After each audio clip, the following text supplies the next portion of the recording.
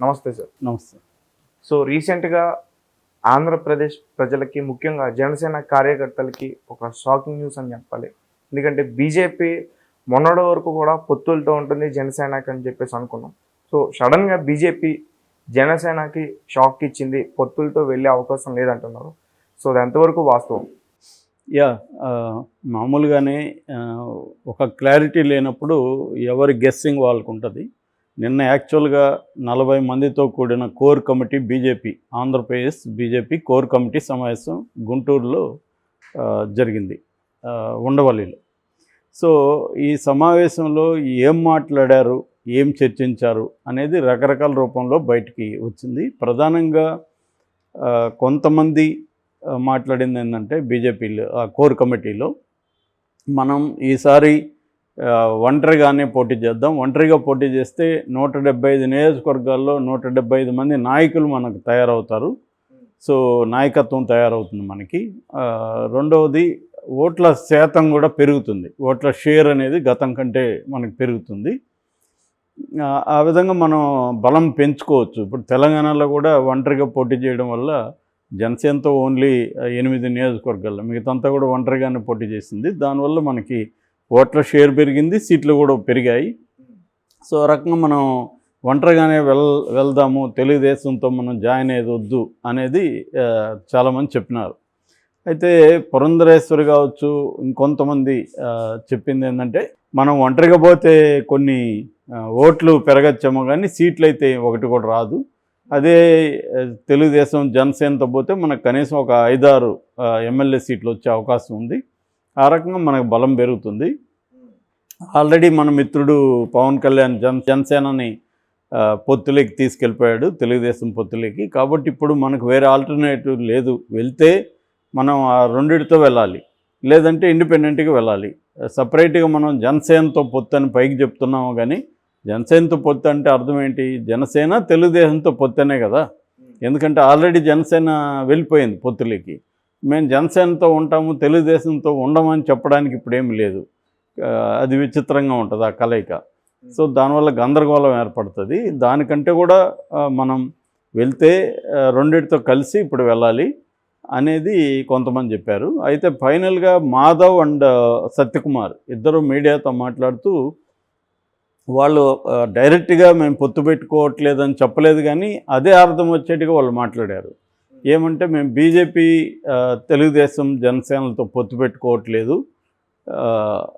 అనేది ఓపెన్గా వాళ్ళు చెప్పలేదు. కానీ వాళ్ళు ఏం చెప్తున్నారంటే, ఎవరైతే మాతో పొత్తు పెట్టుకోవాలనుకుంటారో వాళ్ళు వెళ్ళి కేంద్రంతో మాట్లాడాలి, అధిష్టానంతో మాట్లాడాలి అని చెప్తున్నారు. అంటే ఇండైరెక్ట్గా తెలుగుదేశం వాళ్ళే వెళ్ళి మాట్లాడాలి తప్ప మేమైతే వెళ్ళి మాట్లాడడం, మాకు పొత్తు అవసరం లేదు, మేము ఒంటరిగానే పోటీ చేయడానికే సిద్ధంగా ఉన్నాము అనేది వాళ్ళు చెప్తున్నారు. అంటే క్లియర్గా ఏంటంటే, బీజేపీకి ఇంట్రెస్ట్ లేదు, వాళ్ళే వచ్చి మా కేంద్ర దీంతో నాయకత్వంతో మాట్లాడితే అప్పుడు మేము ఆలోచిస్తాం అన్నట్టుగా వాళ్ళు మాధవ్ కానీ సత్యకుమార్ కానీ మీడియాతో మాట్లాడారు. సో ఈ కాంటెక్స్ట్ చూసుకున్నప్పుడు చంద్రబాబు కూడా ఇదంతా ఆయనకు కూడా అర్థమైంది కాబట్టి ఆయన plan A, plan B, option A, option B రెండు పెట్టుకున్నాడు. ఆప్షన్ ఏ ఏంటంటే బీజేపీతో. ఆయన ఎందుకు బీజేపీతో కలవాలని గట్టిగా ఉన్నాడంటే, ఒక రకంగా ఆయన విష్ణువర్ధన్ రెడ్డి మాటలో చెప్పాలంటే వెంపర్లాడుతున్నారు తెలుగుదేశం వాళ్ళు అనేది. అది ఒక రకంగా వాస్తవం కావచ్చు. ఎందుకంటే తెలుగుదేశానికి బీజేపీ మద్దతు కావాలని గట్టిగా ట్రై చేస్తుంది. నిజానికి చంద్రబాబు అరెస్ట్ వెనుక బీజేపీ ఉందనేది తెలుగుదేశంలోనే కొంతమంది మాట్లాడారు.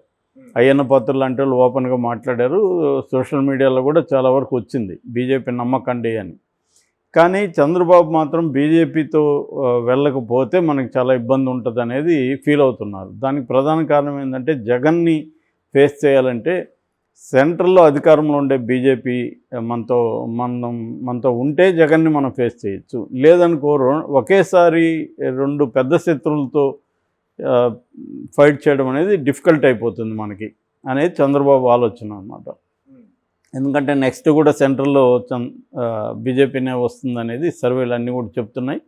సో గతంలో చేసిన ఒక హిస్టారిక్ మిస్టేక్ ఏదైతే ఉందో, అంటే 2019లో బీజేపీ ఎన్డీఏ నుంచి బయటికి రావడం తెలుగుదేశం, సో దానివల్ల మనకు చాలా నష్టం జరిగింది. ఇప్పుడు కూడా అదే రిపీట్ చేయొద్దు అనేది చంద్రబాబు ఆలోచన. అందుకని ఆయన మోడీ విజనరీని, మోడీని పొగడడం ఇవన్నీ కూడా చేస్తున్నాడు. సో అయితే ఆయనకున్న ఇంకోటి ఏంటంటే, ఒకవేళ బీజేపీ టాక్టిక్స్ ఏంటంటే చివరి వరకు బీజేపీ కలవకుండా నాంచి లాస్ట్లో చేతులు ఎత్తేసింది అనుకో, అప్పుడు కాంగ్రెస్తో వెళ్దాము అనేది కాంగ్రెస్తో కూడా ఆయన టచ్లో ఉన్నట్టుగా చెబుతున్నారు. అందుకనే డీకే శివకుమార్తో కూడా బెంగళూరు ఎయిర్పోర్ట్లో ఆయన దాదాపు 10 నిమిషాల పైన మాట్లాడారు. అంటే ఆల్టర్నేటివ్గా కాంగ్రెస్తో కూడా మనం వెళ్తే, ఒకవేళ బీజేపీ కనుక మనతో రాకపోతే ఇండియా కూటమిలో చేరదామనేది. ఎందుకంటే వేరే ఆల్టర్నేటివ్ లేదు కదా అప్పుడు. సో అందుకని షర్మిలతో కూడా మంచి టర్మ్స్లో ఉన్నట్టుగా తెలుస్తుంది. ఇప్పుడు షర్మిల కూడా అక్కడికి రావడం వల్ల కాంగ్రెస్ కూడా కొంత పుంజుకునే అవకాశం ఉంది. ఎందుకంటే వైఎస్ఆర్ వారసత్వం లెగసీ ఏదైతే ఉందో అది కంప్లీట్గా జగన్కి వెళ్లకుండా కొంతవరకు కాంగ్రెస్కి కూడా వచ్చే అవకాశం ఉంది ఈ అమ్మాయితో. సో ఆ రకంగా కొన్ని చోట్లైనా కాంగ్రెస్ కొంత దాని ఏమంటారు విన్నింగ్ అవకాశాలని నిర్ణయించే శక్తి కాంగ్రెస్కి వస్తుంది. ఎందుకంటే వైసీపీలో ఉండే 40-50 మంది ఎమ్మెల్యేలు సిట్టింగులు ఇప్పుడు కాంగ్రెస్లో చేరే అవకాశం ఉంది. ఆ రకంగా వాళ్ళకి లోకల్గా ఉండే బలం అంతా కూడా కాంగ్రెస్కి యాడ్ అవుతుంది. సో ఇంకొంతమంది కూడా కాంగ్రెస్లోకి చేరతారు. ఆల్రెడీ కాంగ్రెస్లో ఉన్న స్తబ్దంగా ఉన్న నాయకులు కూడా యాక్టివేట్ అవుతారు. ఆ రకంగా కాంగ్రెస్కి మళ్ళీ కొంతవరకు రివైవల్ వస్తుంది అనేది తెలుగుదేశం అంచనా కూడా. అందుకని నిజానికి బీజేపీతో పోవడం కంటే కాంగ్రెస్తో పోవడం వల్ల ఏమవుతుందంటే సిపిఐ సిపిఎంలు కూడా ఇటు వస్తారు. సో ఖచ్చితంగా విన్నింగ్ అవకాశాలు అయితే కాంగ్రెస్తోనే తెలుగుదేశానికి ఉంటాయి. కానీ సెంట్రల్ లెవెల్లో అధికారం ఉంది కాబట్టి బీజేపీతో గొడవ పెట్టుకుంటే జగన్తో పోరాడలేమనే భయమే చంద్రబాబుని బీజేపీ వైపు చూపిస్తుంది అనేది మనకు అర్థమవుతుంది. దీన్ని అర్థం చేసుకున్న బీజేపీ నాయకులు మాకు అవసరం లేదు చంద్రబాబుకి మేము అవసరం కాబట్టి మాకు పొత్తులు అవసరం లేదు అనేది చెబుతున్నారు. సో దీన్ని బట్టి మనకి సిగ్నల్ అర్థమయ్యేది ఏంటంటే బీజేపీ జనసేనకి హ్యాండ్ ఇచ్చినట్టుగా మనం అర్థం చేసుకోవచ్చు. ఎందుకంటే ఇక్కడ క్లియర్గా కిషన్ రెడ్డి కూడా డిక్లేర్ చేశారు, మేము లోక్సభ ఎన్నికల్లో జనసేనతో పొత్తు పెట్టుకోవట్లేదని. మరి మొన్న పెట్టుకున్నప్పుడు ఇప్పుడు ఎందుకు పెట్టుకోవట్లేదు అంటే క్లియర్గా వాళ్ళు తెలుగుదేశంతో ఉన్న జనసేనకి దూరంగా వెళ్దామని డిసైడ్ అన్నట్టుగా మనకి అర్థమవుతుంది.